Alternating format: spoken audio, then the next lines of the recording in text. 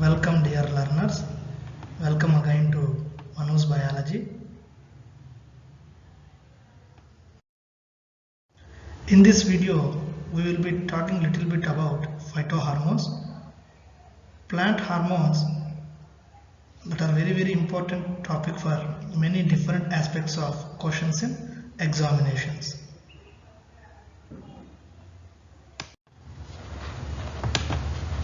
Hormones. Hormones are chemical substances produced within an animal or a plant, and these are also called as chemical messengers. Hormones are also called as chemical messengers because they are made in one part in the body and deliver their message in a totally different place in the body. As we know, animal hormones are transported in the blood, but plant hormones are transported through xylem, phloem and by the diffusion. Animal hormones are synthesized by specialized glands called endocrine glands. But in plants, no specific glands are involved in the synthesis of the plant hormones because plants do not have the nervous system and the endocrine system.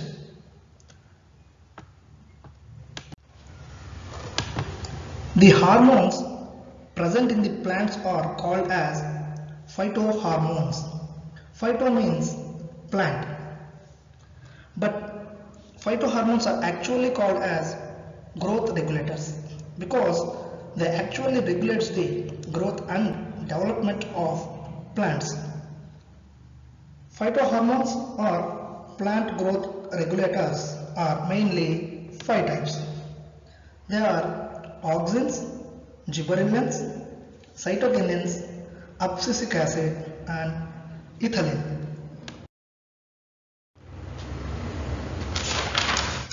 Based on their action, phytohormones or plant growth regulators are broadly classified into 2 different types. They are plant growth promoters and the second one is plant growth inhibitors. Plant growth promoters.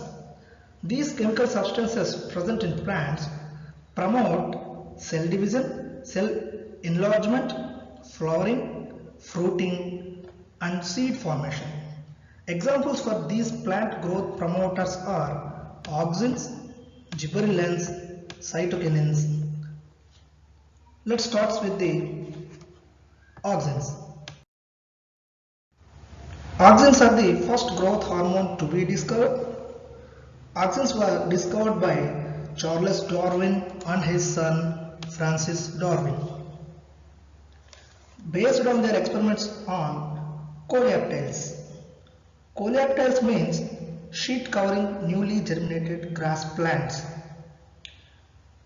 Then F.W. Wendt named as auxin for this chemical substance. The word auxin derived from Greek. In Greek, auxin means to grow. To grow.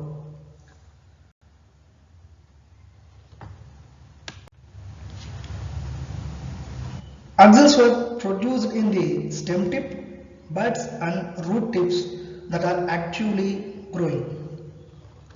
Let's discuss the functions of auxins. Auxins plays an important role in apical dominance.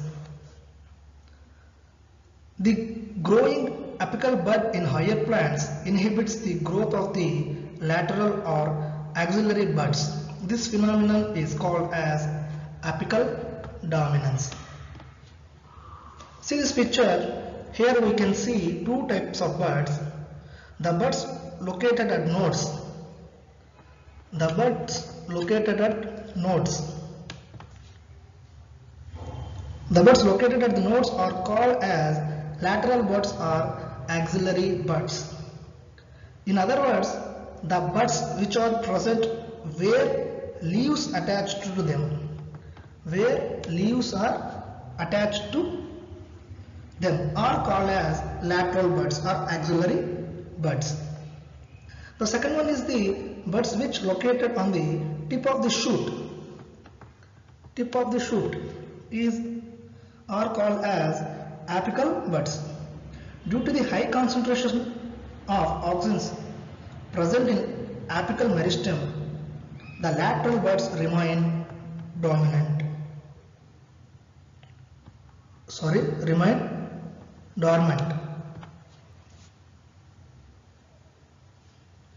If the apex of the shoot is removed, the auxin is no longer produced. If the apex bud is removed, the auxin is no longer produced. This will cause the lateral buds or axillary buds to break their dormancy, and begin to grow.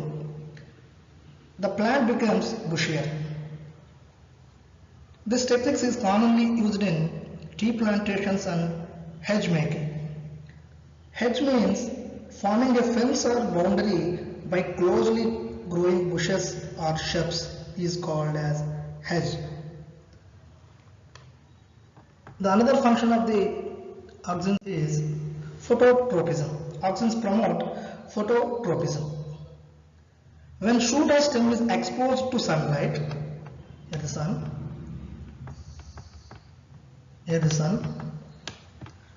when shoot or stem is exposed to sunlight, auxins move to the darker side of the plant. When the sunlight is exposed, the auxins are moved to the darker side of the plant. So cells on the darker side of the plant grow larger than corresponding cells on the lighter side of the plant. This side there is no auxins are present. Due to the presence of light, the auxins are moved to the darker side of the part. This part will grow larger than this part. This produces a curving of the plant stem tip towards the light, and this plant movement is known as phototropism. We can see how the curve is here, plant bent towards the light. This happens because auxins move away from light. This is called phototropism.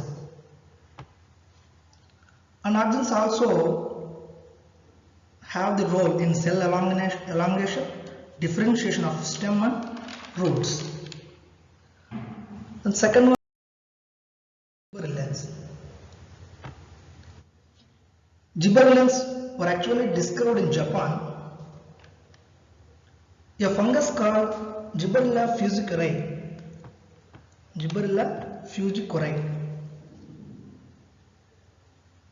infected rice plants and caused them to grow too tall and fall over. This disease was called as foolish seedling disease. This disease was called as foolish seedling disease.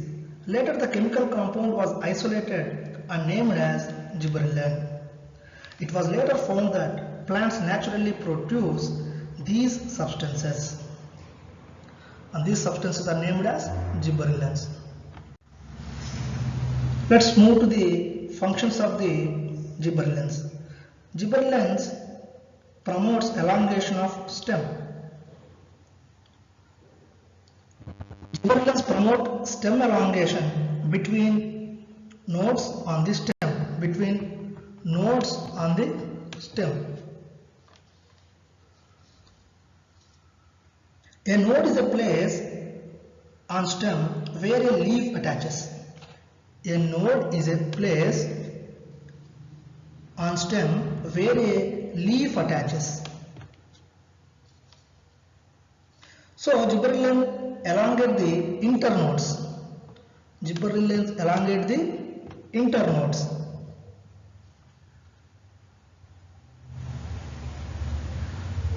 The place between two nodes are called as internode. The place between two nodes are called as internodes.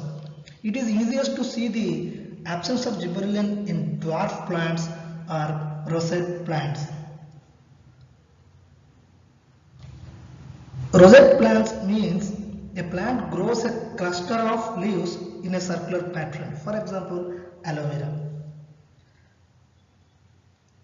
We can observe there is a very little space between nodes. There is a very little space between nodes on a stem, and the leaves are clustered toward the base of the plant. If we spray auxins to gibberellins to these plants, the internodes space will be elongated by the gibberellins. We can see here the picture, the small plant grown to very tall, and the elongation was done between the internodes. For example, spraying gibberellins increase sugarcane yielding by lengthening the stem. Another is breaking the dormancy in seeds and buds.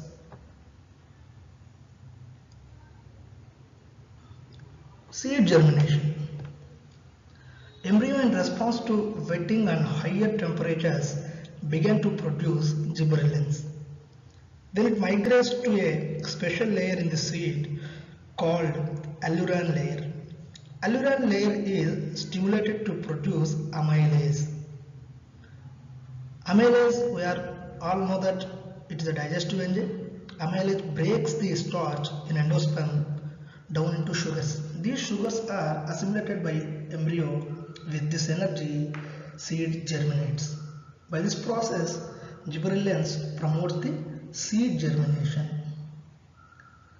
and also breaks the dormancy in seeds and buds. We can observe this, how the buds are flowering here. So gibberellins can cause some plants to flower out of season if we applied gibberellin.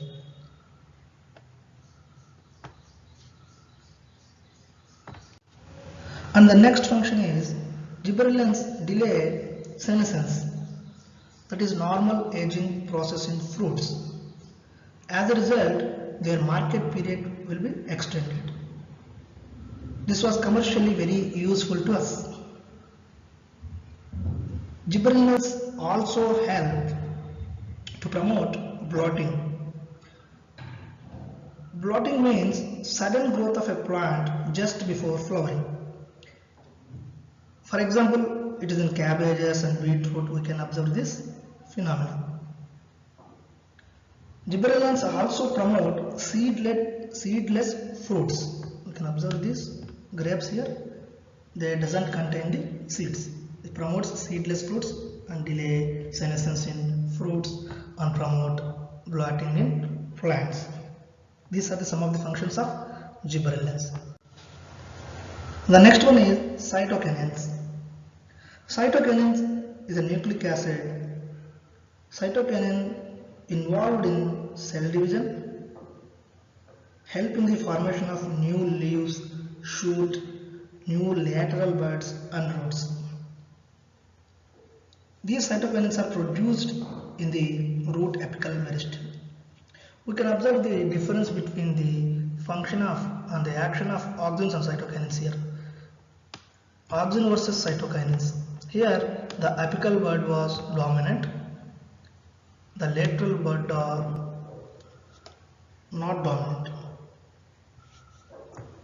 But in cytokinin versus auxins, we can observe the lateral buds are active and the apical bud was not active. And the main function, another function is the cytokinin is opening of stomata. They opens the stomates present in the epidermis. We can observe here how the stomata was opening. This is due to because the action of cytokinin.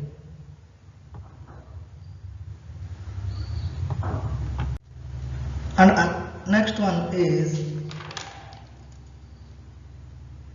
abscisic acid. Abscisic acids comes under plant growth regulators.